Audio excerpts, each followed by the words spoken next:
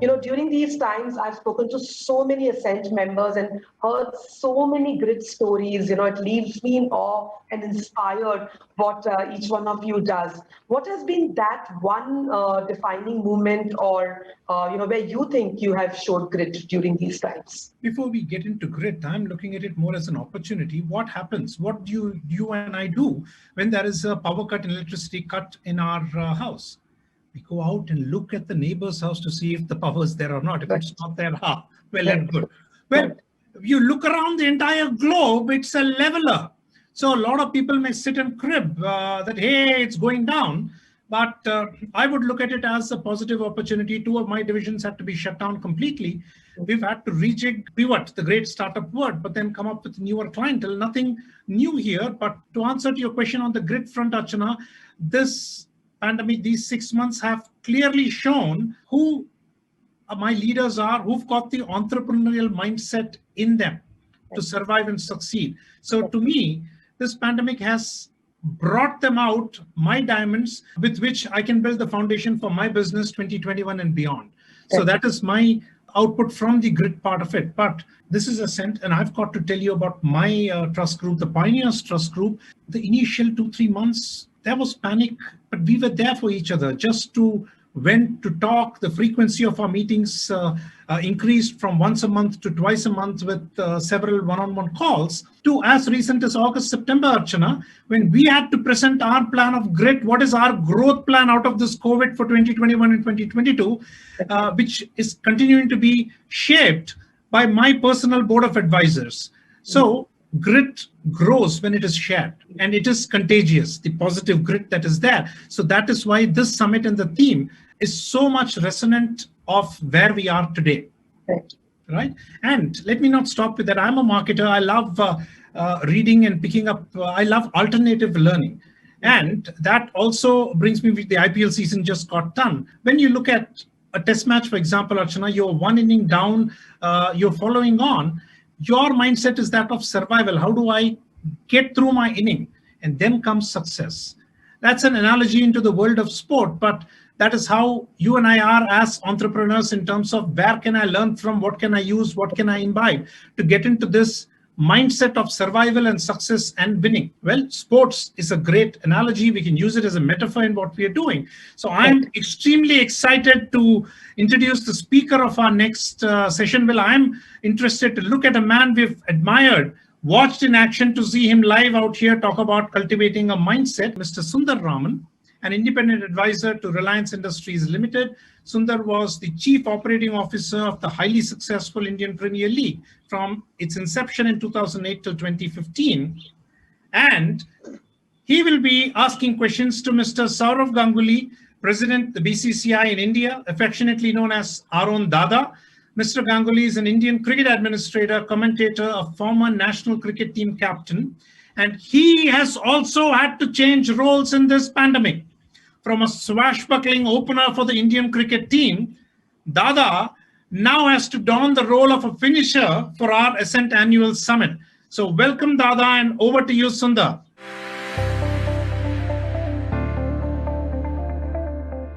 Thank you very much, Praveen, and good evening to everybody. This seems to have been built up like a World Cup final.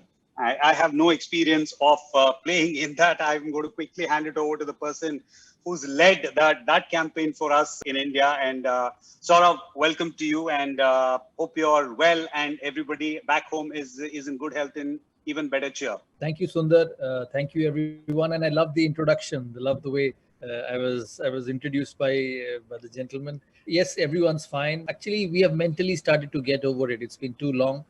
There have been affected people in the house, in the family, but they've all recovered and are fit and fine. So that scare is gone, but you just need to be a little bit conscious, a little bit careful of what happens till the vaccine comes out, whenever it comes out. But so far, so good. Life has to go on. You cannot be not doing anything for so long. So it's important to get back on road and do things carefully.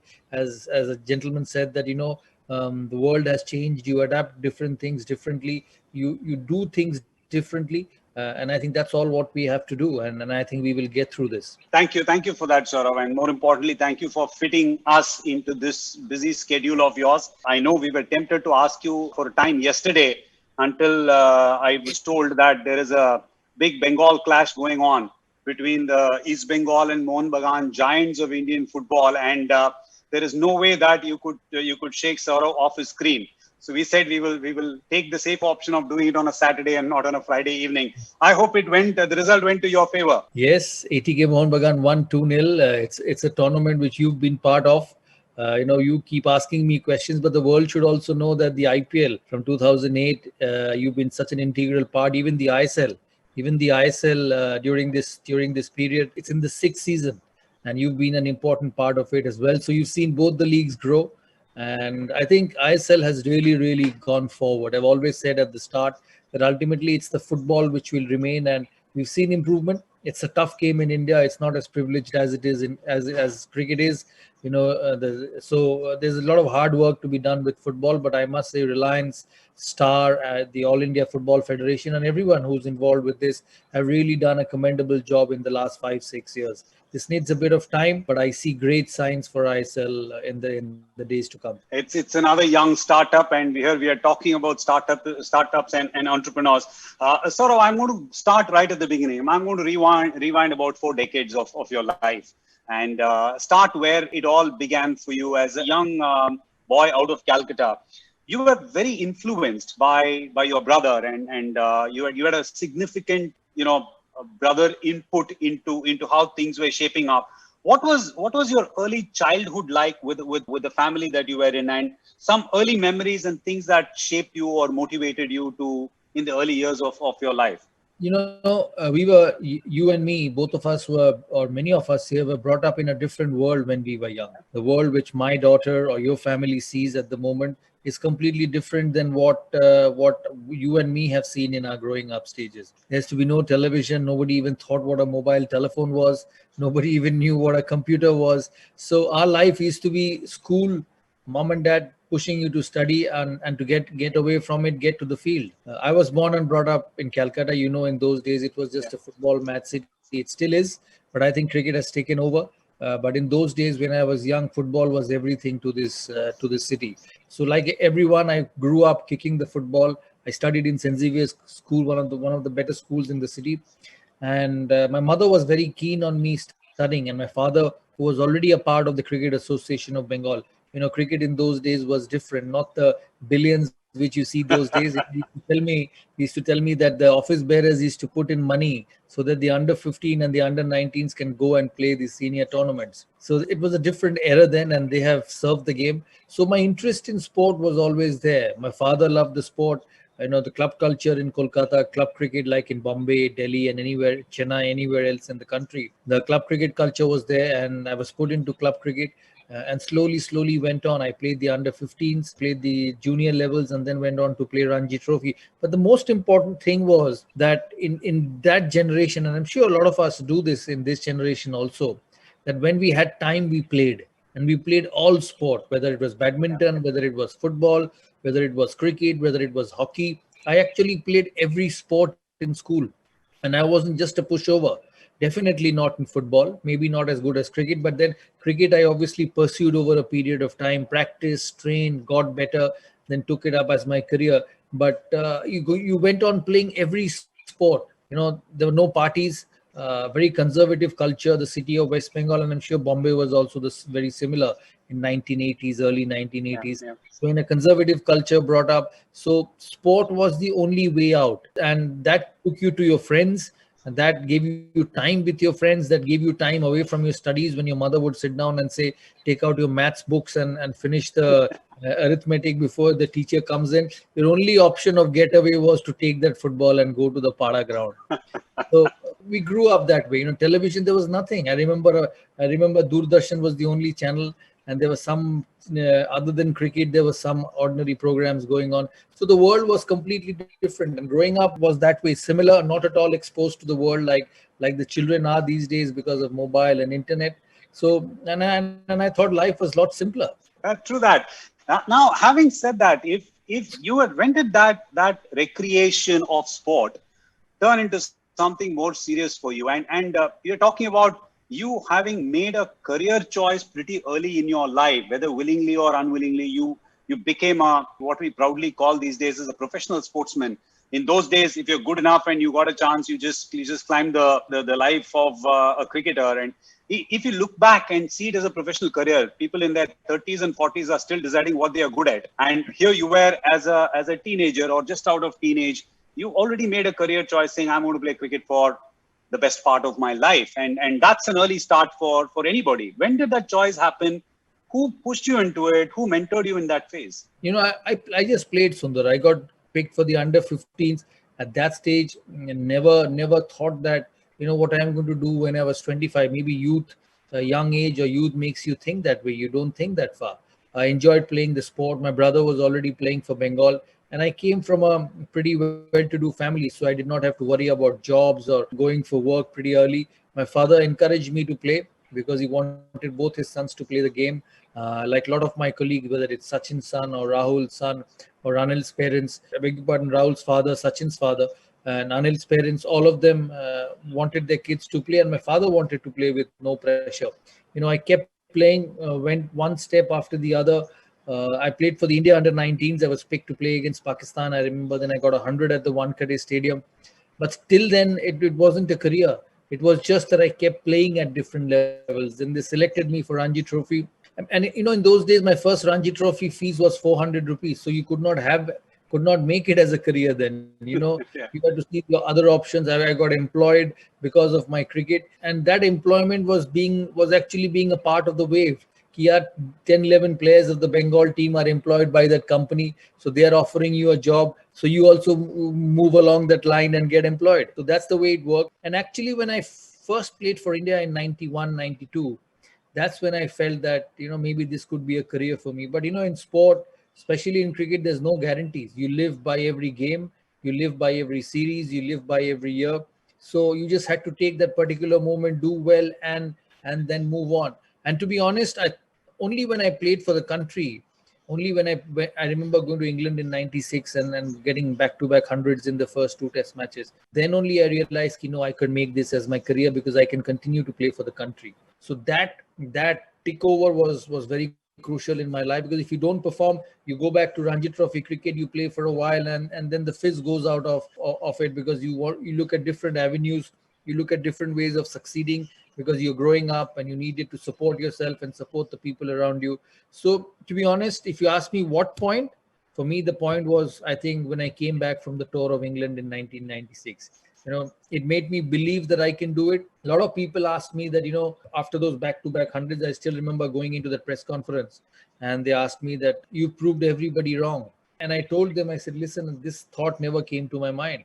What I'm happy now is that at this particular moment, I can sit back and tell myself that you're good enough at this level. You've been put under pressure, you've been given an opportunity to play for the country, and you got 2 back-to-back hundreds. So this is an opportunity for you to make a career, because you, from inside, not what people say, not what the critics say, not what the media says, but from inside as a player, you start believing that, no, I can perform at this level. And that's where you decided that, this could be a career option for you. Wow, that most people tend to attribute that 100 as a changing phase of Indian cricket, not just in the career of Sourav Ganguly. The fact remains, Sourav, most people think success is achieved overnight. They don't understand or value or appreciate the effort that has gone in before. So I'm going to quickly take back the 4 years before 1996 happened. You made your debut in 92 in an ODI, and you had to face 4 years of patience and self-belief. And most businesses go through that. Some of them give up very early. Some of them don't realize that they can't stand up, like it happened for you.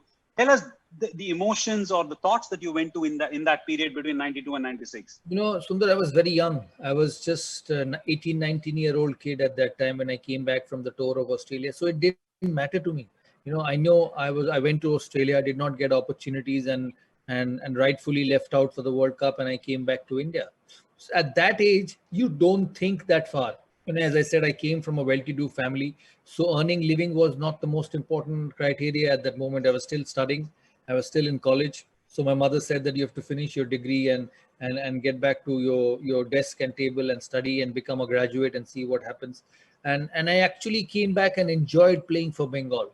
I enjoyed because we were a good team then. I had my dearest friend Arun Lal at the helm of affairs then, and he was a fantastic human being. He's still one of the best people I meet every day in Calcutta, and I enjoyed playing with them. We were winning. We were a good team.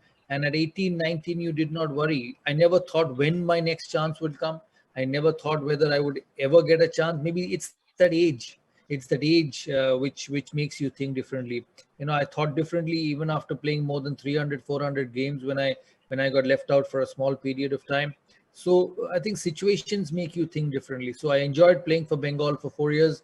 Later, as I was growing up, as I spent a bit of time, I started to expect, because people were saying that he's good, he can play for the country. So at times when the selection committees used to happen, the teams used to be picked, I used to go and look into the newspaper whether my names come out in the list or not. And I think that was just when I was getting 21, 22 and starting to score consistently in Ranji Trophy. That's when I started to expect. And then I got picked in 96 when I was just 23 years of age, just going to 23. And as you know, that God was kind. I got hundreds in my first 2 test matches back to back, and that changed the world for me. So I never went back those 4 years thinking that my life would come to an end. And I think none of us, when you're a young, I'm sure when you were 19, 20, or when you went into your first job, maybe slightly older, 24, 25, I don't know whether you lost the job or whether you worked with the same company for a long period of time, you must have also felt that, that's fine. I got an opportunity, it didn't work, but that's not the end of the world, because I've got age on my side and I've got talent, so I will find my way back. I think that sort of a mindset was my side during that period. I thoroughly enjoyed for Bengal. And as I said, I'm fortunate that I got success straight away in international cricket. And I think that changed my life, because not many get success in international cricket instantly. So they have to work a bit harder to make people around them believe, to make the team believe, to make the captain believe, to make the selectors believe, no, this fellow is good and he can serve the country. So it really didn't matter to me those 4 years. Oh, that's fabulous journey, and we've sort of understood where you came from in the 70s and 80s and the early phase of your career. I want to fast forward 4 years, talking about 2000, when you took on the captaincy. You established yourself in the side. You had, you've seen the world, you've traveled the world, you've scored at all parts of the world. It's more than self-belief that you had, that now, you have the ability to lead and inspire, more importantly. What were some of the things that changed for you from being a player to being a leader? Did it put any sort of pressure? And you took the leadership at a very, very difficult time in Indian cricket. You as it happens time and again, even in your presidency position, you didn't take it up at an easy phase of the game's career in the history of the game itself. What were those emotions? What did you go through and how did you handle them? In the year 2000, when I became captain, I still remember my first team meeting in Kochi. I walked into that team meeting, and believe me, I wanted to finish that team meeting in 10 to 15 minutes. Because as I walked in, I saw 3 captains sitting on the meeting table. Azhar, Sachin, Ajay had captained a few games, and 3 people who are good enough to be captain: Anil Kumble, Jawaharlal Srinath, and Rahul Dravid. So before the team meeting, and my wife had come to visit me because it was my first game as captain. So I told her, what do I say? These boys were my captain, and now I have been asked to captain the side. So how do I address the likes of Azhar and Sachin at the start of my career? So I just announced the team. I just wished everyone good luck. Thankfully, we were playing at home, made a few points, and I don't remember what I said that evening. And I was so happy that the meeting was over. We did well. We won the next game. We won the game day after in Kochi. It was very, very hot in that part of the world, and we beat South Africa. So that eased my pressure. But bet you I was seriously under pressure. I was happy. It's the biggest opportunity for any cricketer to lead your country. At whoever at different stages, whether it was me, Rahul, Anil, Sachin, MS, now Virat, it's a huge honor. And I must say the first 2-3 days, the first couple of games were very, very nervous, but then I settled down. It's like taking a deep breath and telling yourself that don't behave like a fool. You've been given a job because the world believes that you're good enough, and look at you, you have got shivering legs when you walk out to do it. So it's that deep breath and that inward strength you started taking yourself that, hey, listen, I have to do it, otherwise they will think and I'm an absolute idiot. So it slowly got better. I slowly started getting strength. what it also helped was that, a lot of those boys, whether it was Rahul, Sachin, Anil, they played with me from my under 15 days. Yes. Yeah, so Rahul and Anil were from South Zone, Sachin from West, I came from the East. We had under 15, under 19 camps those days. So spend a lot of time with them. So that eased the pressure. I would go to them. I would spend a bit more time with them, learning things, trying to talk things. But then it settled down slowly. It was a great journey. Yes, Indian cricket was in a little difficult times. But to be honest, I did not know what was going on. And I asked Rahul many a number of times that, listen, all you hear, all the reports and all the write-ups in the press, did you ever have an inclination? Did anybody ever call you and ask you to do something? And none of us had any clue. So I actually did not believe in the initial stages. Ki, yaar, aise bolte rehte hain. I don't think it's true. But I think I was fortunate to lead a great bunch of cricketers, not just players, but fantastic human beings. And I think it makes a massive difference in any team sport, in any group of people working together. If the quality of people are good, they actually make their life easy. And the great players like Sachin, Rahul, Anil, VVS, Virender Sehwag, Harbhajan Singh, all who came and all who went on to play more than 100 test matches, not only they were just great players, but they were great blokes.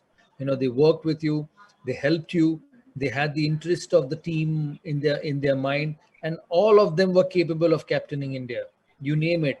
Dravid at 3, Tendulkar at 4, Ganguly at 5, Lakshman at 6, Kumble at 8. All of them were capable of captaining India, and I was the one leading them. So I found myself fortunate. Without their support, we would not have been able to build the team. I had a Mad Max in John Wright, who I love the core. Such a fantastic human being, but you should see him in game time. The biggest, I would say, the beneficiary on the negative sense was the freezer in the dressing room. Every time a wicket would fall, the freezer would be in trouble because he would take a bottle of water, bang it, abuse to himself, and then go back. But one of the loveliest mans, and he's still one of my best friends. I still keep in touch. He's old now. He's 67, 68, and is back in New Zealand. But I thoroughly enjoyed those 5 years. He supported me. He was nice to me. We fought. But we respected each other. We argued. I remember the day before the NatWest final, I had a massive argument with him. I did not let him speak in the team meeting. I was so angry with him. And the next day when we beat England in the finals, he came back to me quietly and put an arm around my shoulder and said, you are not playing well for the last 3 or 4 games. So I needed to finger you a bit so that you perform. I got 60 or 65 that final, and India went on. He said, I needed to shake you up so that you turn up and win this game. So I'm happy you won. We are back as friends again. I said, who said we are friends again? I'm not friends with you because you've been very rude to me yesterday. But then we went along, and his family used to stay with me when they used to come to India. So great mates. I think great teams, great organization have great mates playing together. I think that's very, very important. A successful team always have people who are close to each other, who understand each other, and in spite of the competitiveness of positions, in spite of the fight for retaining your place, there was a massive respect for each other in that unit, and I think that helped us to play well. Winning away from India was our main motivation or main goal, because we were a very good side at home. And I've felt over the years that you did not need captains when India played in India because the wickets were spinning. You had some great spinners over the years. I was fortunate to lead Bhaji and Anil 1,000 wickets amongst themselves in Test cricket. So you just had to give the ball to them and stand at point, and they would pick wickets. So for us, winning away from home was important. And as I said, India has produced some great captains. MS Dhoni probably would be the greatest of all. But I thoroughly enjoyed that period with the national team, 6 years, and played with some great players. I saw the change of Indian cricket during that period in the terms of fitness, in terms of culture, in terms of biting the bullet when going abroad. When I started, I used to see difficult pitches, seaming pitches, win the toss, and bowling was the first option. Bat when the wickets were at their best. But that was a change, going to Headingley, going to Adelaide, going to Brisbane, winning the toss and batting in difficult circumstances and putting the opposition under pressure day 4, day 5. So a mindset change I saw, and the mindset also changed, Sundar, because there was some great talent. You look at the dressing room. Number 3, not the number 3 actually. Number 1, number 2, number 3, number 4, number 5, and number 6. All of them went on to play 100 test matches. Sachin went on to play 200, And all of us in that period went on to play 100 test matches, which is a sign that they were consistent players over a period of time. It's poignant that you say this. One of the earliest drafts of IPL that we were putting together in 2007-8 was, how do we ensure more cricketers can get a career or a living made out of playing the sport that they so love. It's just so unfortunate for the rest of the 1.2 billion at that time. If you're born in an era of Sehwag, Sourav, Sachin, Anil, Lakshman, and the likes, 6 or 7 of the slots of the possible 15 are gone for 10 years or 15 years. So you're never going to get a slot if you're a batsman in that star-studded lineup, but you still have to make a living playing the sport that you did. So what you did as a captain in 2000 and the NatWest is fantastic for India as a nation, because it changed the mood, it changed the sentiment and the momentum, as we call it, for the sport itself. Tell me, like most businesses, when the youngsters come, they feel the older generation are not in line with the new thinking. Does captaincy or leadership have a shelf life in your view? Yeah, everything has a shelf life. There is no doubt about it. In sport, it's slightly less. In the corporate world, it's slightly more, because sport is so physical. Sport is real time. When you nick a Glenn McGrath in the first over of a test match, you can't go to the umpire and say, "Can you revert your decisions?" and you want to bat again. You can't. So, but in other aspects, there's an opportunity to correct yourself. I think leadership is most important. You talk about younger generation, you talk about senior generation. I think good teams, good corporates, good brands are a mixture of experience and youth.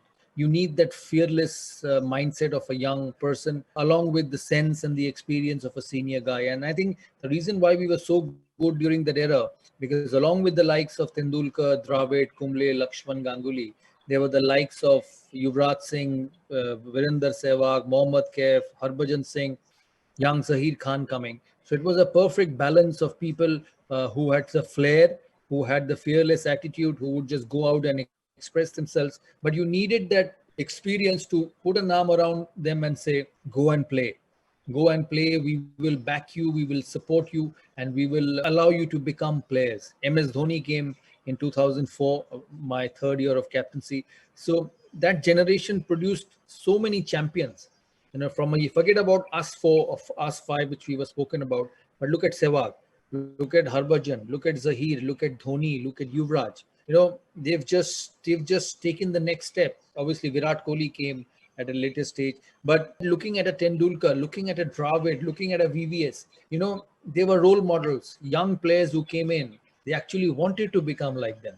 You must have heard, because you've been so passionate about the sport, and I must say to everyone that the main reason why IPL is so successful here today is because, along with BCCI, it was Sundar Raman who was also the architect of it at its early days. So, it is about trying to become like those role models. It is about trying to become like Sachin. And that generation produced such amount of champions because they got guided by those fantastic players. So it's important that one thing you must always remember, that in sport, players are produced in winning atmosphere. I'm not saying that players are not produced when a team gets beaten in sport. You will get beaten in sport. But in sport, the best players are produced when they walk into an atmosphere where the team is winning, because it gives them confidence. It makes them believe that I'm here to be a part of a winning cause, and it completely changes young players. So I'm a firm believer that a good corporate, a good cricket team, or a good sports team has to be a mixture of young and old. Everything has a shelf life. Sports has an earlier shelf life. Business has a little longer shelf life, because it's more of a mind game than a physical game.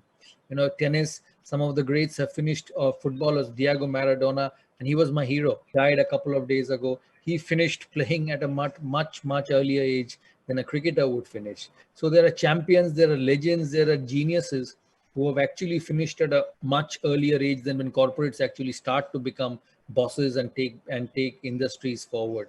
So shelf life will be there for everyone, and you have to accept it and move on. And I think that's what it is. That's what life is. So leading from captain and a player who you have control of the game while it's happening, to the role which you played briefly as a mentor in the dugout, can't control the outcomes of what's going on, which you had to give up to serve the Indian cricket establishment as the president of the BCCI.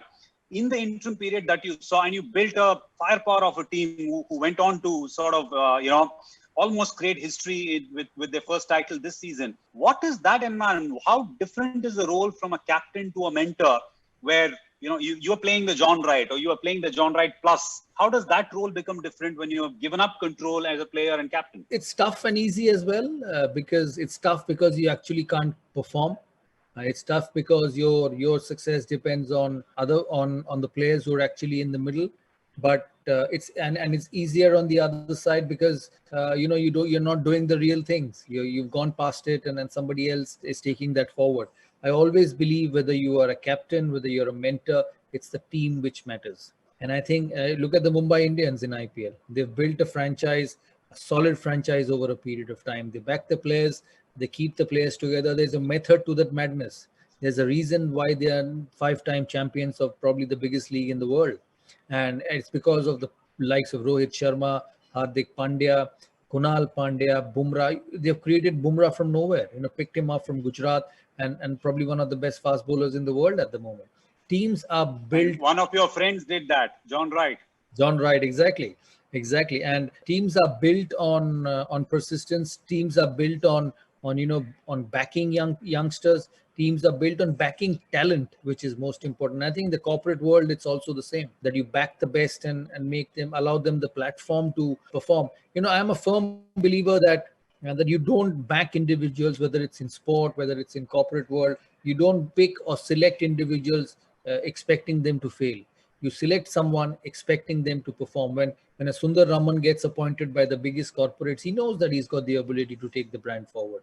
And he's been appointed because the brand expects him to succeed. And it's the same thing with sport, that you pick players so that they perform. You don't pick players to drop them. And I think that's the biggest thing I have in my mind. And I see that change in Indian culture. MS Dhoni's leadership, Virat Kohli's leadership, and Rohit Sharma, one of my favorite captains, his leadership.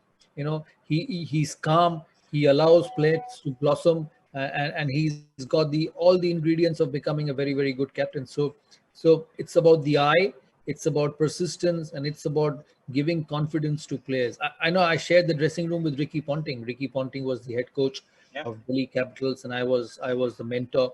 And I saw a great player like Ricky Ponting pick up positives. He was fantastic to hear at the end of games every time when DC used to win, and he used to sit there in the dressing room speaking to the players for 5 minutes at the end of the day. Not for once I've seen him pick up a negative issue, even when they were smashed and lost. And I'm sure he must have done the same thing this year as well. He never picked up the reason of losses. He picked up the positives. If somebody got a 50, somebody took a brilliant catch, somebody made a brilliant save in the crucial stages, along with the man of the matches on the ground. The team had man of the matches in the dressing room. So it was an atmosphere created out of positivity. And I'm sure a lot of brands, a lot of corporates do the same thing. I see that they have speaking sessions. They bring in successful people from all over the country, over the world. It is because to instill that faith and belief and the imagination that I will succeed, which is very, very important. Self-belief is must.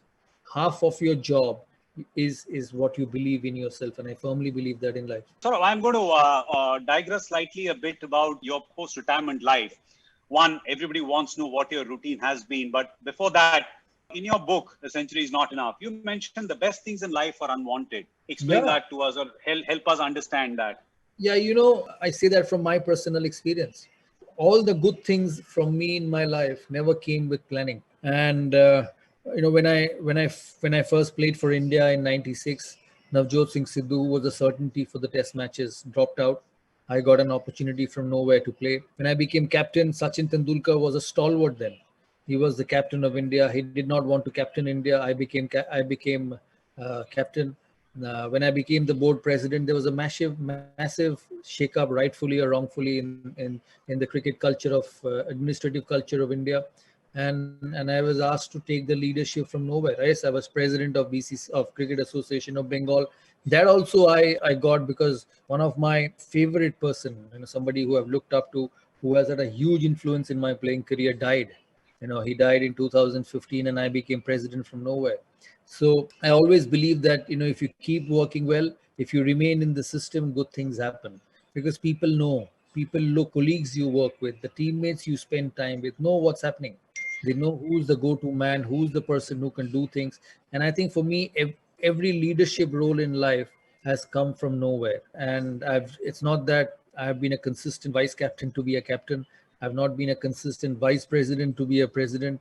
It's just that I've got those roles to take it forward. I'm fortunate, as I firmly believe that not many people get such opportunities. And actually, my career after cricket has been a lot more busier than during my cricket, because during my cricket I only played cricket and did nothing else. But after I finished, I did everything else other than playing cricket. So I remained with the game because that's what you love. Even now, after retiring from all forms of cricket for almost 7 years, a good cricket match just makes me sit up and watch. When India plays, they were playing Australia yesterday, I would sit on the sofa, and if a drop catch or a poor fielding or a bad shot, I would jump up on the sofa. So that involvement remains. At times you have to pinch yourself and say, hey, listen, your time's up. And you need to sit back and enjoy and relax. But that doesn't happen. And I saw you this IPL. It was as if you were playing. I know all of us listening here, I once thought that Sundar now have shifted to Dubai because he was watching every game, whether it's in Abu Dhabi, whether it's in Dubai, whether it's in Sharjah. Sundar was there to watch it. And that's from the passion of the game. It doesn't go away. You may not be in a similar role. You may not be a leader all the time, but that love and passion doesn't go away. So I think in life, the journey is important. If you do that journey well, whether it's in business, whether it's in administration, whether it's in sport, I think the end results ultimately become good for you. And I think it's happened to me, and I just say it from my experience. Just moving on to the other phase of your life, Sourav, you are a big proponent of entrepreneurship. You stated that Mr. Tata is one of your role models in an entrepreneurial world, as well as you made your own investments in Flick Street and as an entertainment company as a startup. You are the face of many brands which are all in the startup space, and you have interactions with them, with the founders, the youth who are in their mid-20s or early 30s. What is it about entrepreneurship that draws you? Because you in your career you always behaved like an entrepreneur. You took those bold decisions. You backed the people. You took certain things which people don't expect you to do. You broke the mold. What is it that about you and entrepreneurship, whether it's an investment or looking up to people or even being the face of that draws you to entrepreneurship? No, I think it's looking up to people. For first and foremost, the first name you took, Ratan Tata, I'm just in awe of that person. And that is because of a personal experience. I visited him in the year 2011 for some personal work. He could have turned me down, being Ratan Tata himself, being such a successful person, the head of such one of the biggest conglomerates in the country.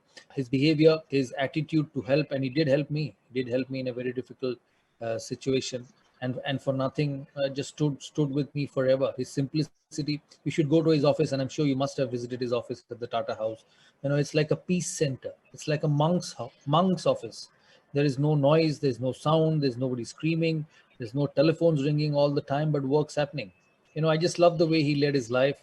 I remember going to him at 5:36 in the evening, and he was leaving office after me. He said, come, I'll take you on a ride in my car. And you could not believe that the same gentleman who was so serene and so calm in the office room, moment he got that convertible of his, he was zooming through the streets of Bombay.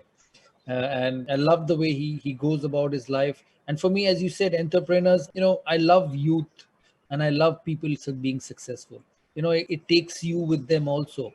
When I see a young businessman or a middle-aged businessman successful, it instills confidence in you. You believe that, hey, if he can, I can. And that's why I always believe that winners are created in good atmospheres and in dealing with the best. So my attachment with startups is obviously to be a part of their journey, to see whether I'm still good enough to influence them and see whether they can survive, because I've been in leadership roles many a number of times. And in leadership roles, the best thing is the people you support, is the people you work with being successful.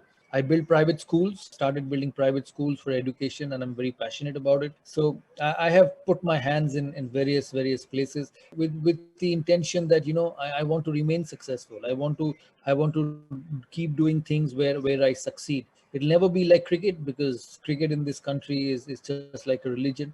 But then cricket or anything doesn't last forever. Even the Prime Minister or beg your pardon, the President of America can't stay for more than 8 years.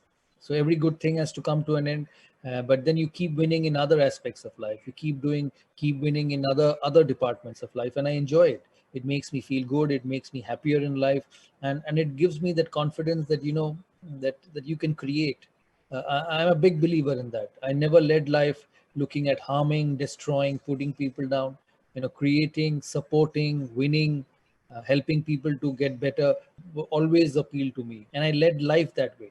Maybe because I've seen a lot of successes, that could be one of the reason I made my mind change that way.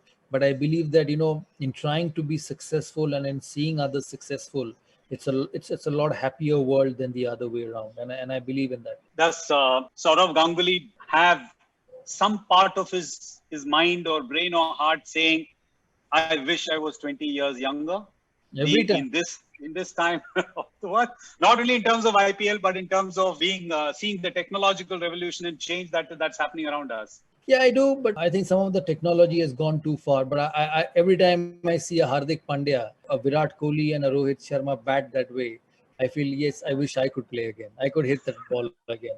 It's an amazing feeling. The best thing, when I finished playing, I did an interview about 4 or 5 years ago, and somebody said that you've done so well for yourself. You are in a well-to-do family. Finances are not a problem. You get so many opportunities in life to do other things. What is it that you miss? I said, I miss that challenge. I miss that challenge, waking up at 6:30 in the morning, and I know I have to hit that cricket ball through covers or through point or through square leg, and by 4:30 either I'm successful or I'm not successful. I miss that challenge in life. I did not have a second chance, because if I nicked, I had to go back to the pavilion.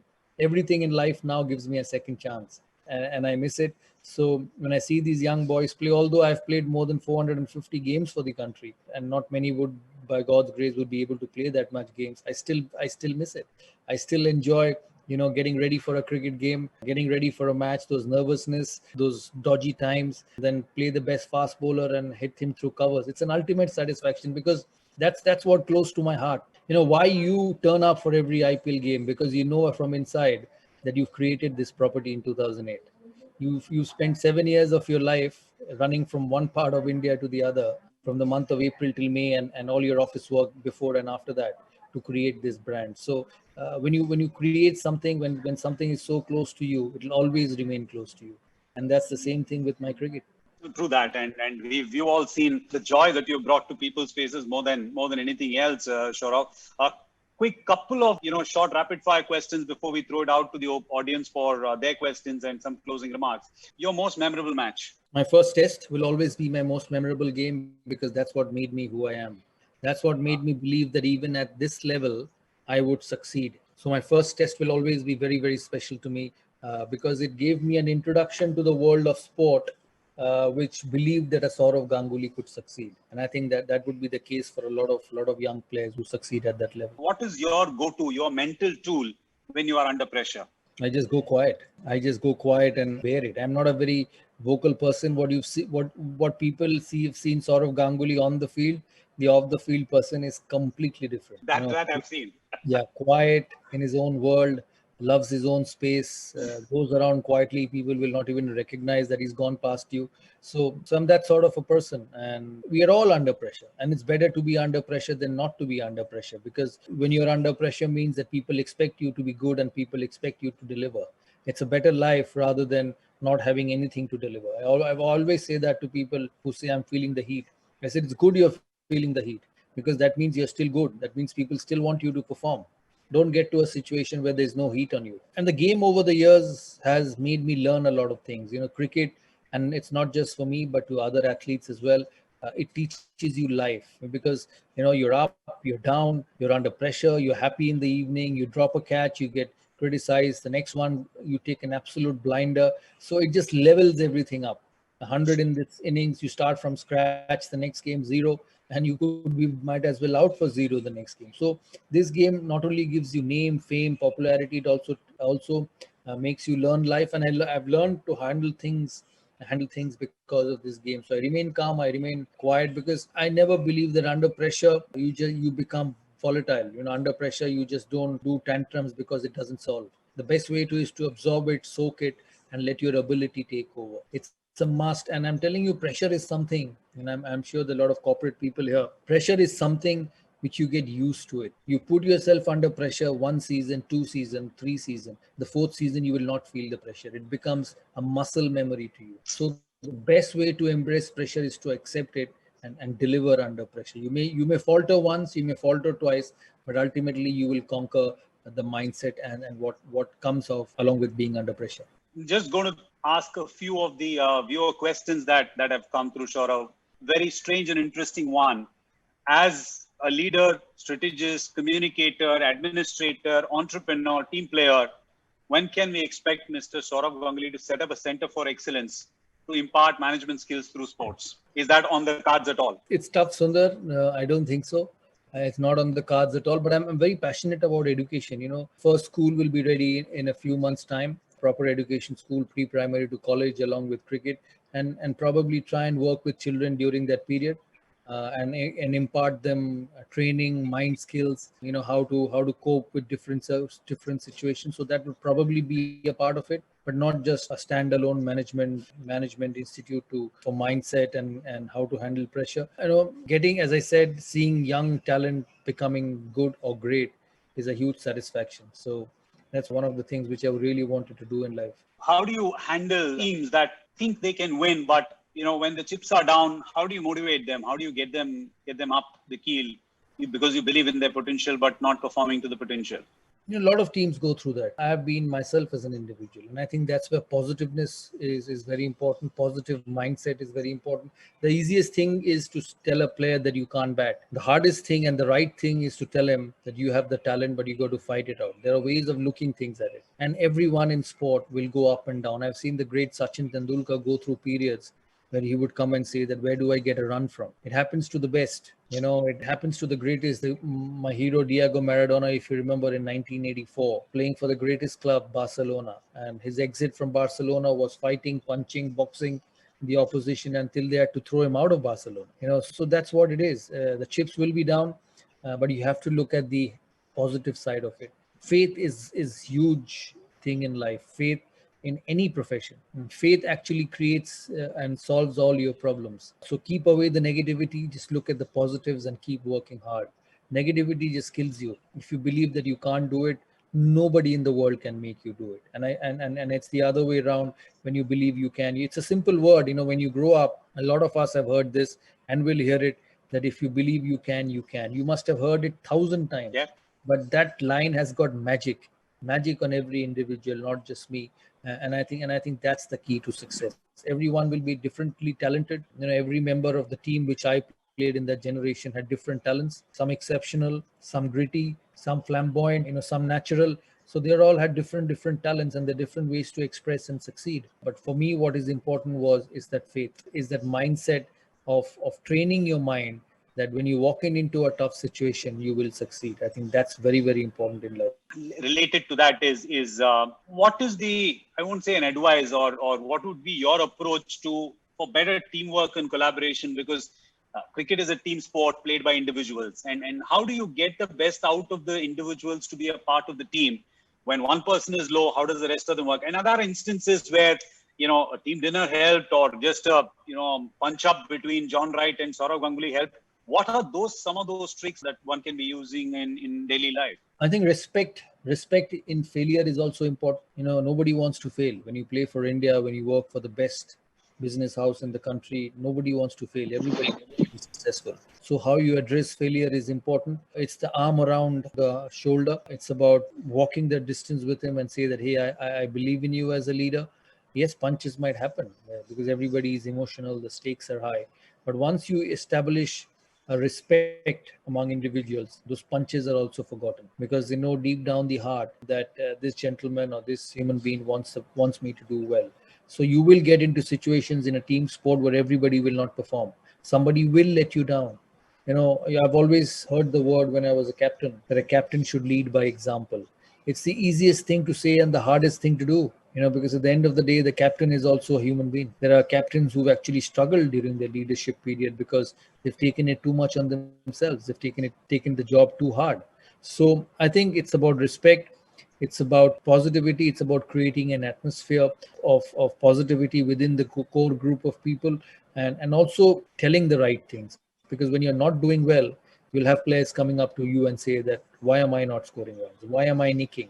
Why is the ball not going in the right place? And I think with respect, you need to tell them that that's the problem.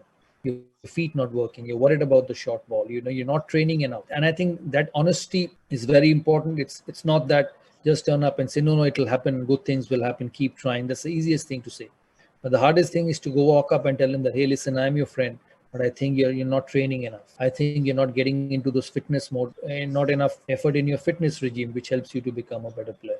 I think sometimes being honest, sometimes being straightforward, and sometimes telling the truth actually makes people rather than breaking it. Leading from there, Sourav, we've lived amidst the pandemic, and thanks to you and everyone in the cricketing establishment for bringing back IPL and bringing not just hope but entertainment and life back to a lot of Indian sports loving and general entertainment fans. In these type of situations, where do you see, what is the role and purpose of sport that you see, as a lot of lives have been impacted to varying degrees because of COVID? Job losses, loss of life and loss of livelihood. A lot of things have happened. And what purpose does sports serve in this period, in your view? Sundar, all of us here in this discussion, I want to ask all of you, how did you feel when you did not see live cricket or live sport from the month of March, maybe March end till July? It felt there was nothing in life. It felt that the television channels were hopeless. Emptiness. Emptiness, absolute empty. There's no football, there's no cricket, there's no tennis, tournaments getting cancelled, Wimbledon getting cancelled, the Olympics getting cancelled, the IPL getting pushed, the English Premier League getting pushed behind. You just felt, oh God, there's a disaster around because there's no sport. Sports has an amazing effect. Sports actually not only unites world, but actually sports help people from other profession to succeed. If you're a businessman, you're a part of one of the biggest business houses in the world. You see how they take on with their team, with what professionalism, with what attachment, and how close they are to the team. Because that's what sport does. It's about it's about performances, it's about talent, and it actually brings everyone together. And you see that with every team. Chennai Super Kings, who was such a great IPL team for a long period of time, you see the attachment of everyone. That's what sport does. You see Diego Maradona on a football field. The emotions was unbelievable. I was hearing Gary Lineker speak on BT Sport about his experience with Diego Maradona. And he said something which I loved it so much. He said the greatest thing Diego Maradona had, and which maybe some other footballers didn't have, was his attachment to that ball. They were so simple words, but words which had such heavy meaning. Powerful, yeah. Yeah, so powerful. And that's what sport does. Sports is the biggest way of being happy in life. Sports is the biggest way of turning things around in life. You may have a bad day in office, which we all have. You may have a quarter where your businesses have not done well, but I've seen the biggest businessmen, when they turn up on a football field or a cricket field, become like teenagers, screaming, jumping, shouting, waiting for the team to win. It's just the passion, it's just the attachment which they have. And sports is unique. Sports creates champions. The respect for athletes, the respect for a Maradona or a Tendulkar or a Federer or a Kohli or a Dhoni is unreal. And I think that's what sport does to you. Fantastic words that Sourav. Penultimate question. You've been in cricket administration, active administration for the past 5 years or a little more. Crystal ball gaze to us. 10 years from now, Indian cricket. Indian cricket will always be huge. I don't think I will be an administrator, nor do I want to get down the line from here. And hopefully someone gives me an opportunity to be on the field in some way or the other. But Indian cricket will always blossom. It's just so much passion in this country. On a Saturday or a Sunday, all of you who live in Bombay, I live in Calcutta, you see mums and dads. Their kids are at the bike of their motorbikes, on the taxis, on the auto rickshaws with the biggest, heaviest kit bags to get to the ground and play. Because the role models are such. When I used to grow up, a lot of people used to tell me, why did Pakistan produce such great fast bowlers? Because they are role models of Imran, Wasim, Waqar, Sarfaraz. And why does India produce such great batsmen? Because they have the role models of Gavaskar, Tendulkar, Vishwanath, Dravid, Kohli. Role models are very important in life, and this country will keep producing players. When Kapil Dev came in, I keep forgetting his name. He's probably one of the greatest. Kapil Dev came in, Gavaskar came in, then people thought, who next? Then the likes of Tendulkar came in, Dravid came in, Kumble came in. Then people thought, who next? The MS Dhoni came in. It's Virat Kohli now. and there'll be someone 5 years down the line as well. And the game in this country will be healthy. The game in this country will be prosper. Whoever runs the game 5 years, 10 years down the line, there'll be new people running the game. But this sport is only going to go up. You've seen IPL in 2008 and IPL in 2020. It's just gone through unbelievable strides, and this will happen, and it's because of the talent which this country produced. Imagine a Bumrah from a village in Gujarat, no coaching, different action, not the classical fast bowling action, and just see the effectiveness. It's just so natural. So countries like India, Australia, or maybe Brazil in football, Argentina in football, will always produce champions, and the sport will always remain healthy in those parts of the world. Saurav, may your love affair with the game continue forever and ever, and may your contribution to the sport and inspiration to people around us last forever. Before we let you go, your word of advice to young leaders, entrepreneurs, something that you would want them to keep in mind from the journey of life that you've had, and that they could be enriching themselves with. Firstly, do a job which you're passionate about. And once you decide what you want to do, give everything you have, because these times don't come back. And work so hard that the only thing in your life will be successful. And you will have hiccups, you will go through periods where you will fail. But ultimately, if your heart's in the right place and you're putting time and effort with honesty, you will succeed. I've seen that in sport. I've seen that with champions. They've played the best when they have worked the hardest. That's what a young entrepreneur in any aspect of life, sport, business, culture, politics, needs to put. Be honest and give everything you have, which is very, very important. Saurav, you are in your 40s. May you have another 100 years to give to the sport. For we need the experience and the charm and the intelligence and the commitment that you brought into the sport. And may your contribution extend to all aspects of it. Thank you so very much for taking this 1 hour out of your schedule. We love this session, and I'm sure the questions are pouring, the thoughts are pouring in. Everybody wants to know and get more of you, but we understand that there's a clock that we're all working towards. Thank you ever so much for honoring us with your presence. Thank you, Sundar, and thank you, everyone. Obviously, I've never met all of you, but thank you for having me. Please convey my regards to Mr. Harsh for having me in this discussion for the foundation. And I know this has been on for a while. And in the future years, we'll have a lot of good people sharing, a lot of successful people sharing their experiences on this platform. Thank you so much for having me, and stay safe, and see you soon. We couldn't have asked for a grander finale to the ASCENT eConclave 2020. Thank you so much, Mr. Sourav Ganguly and Mr. Sundar Raman, for this really fun and insightful session.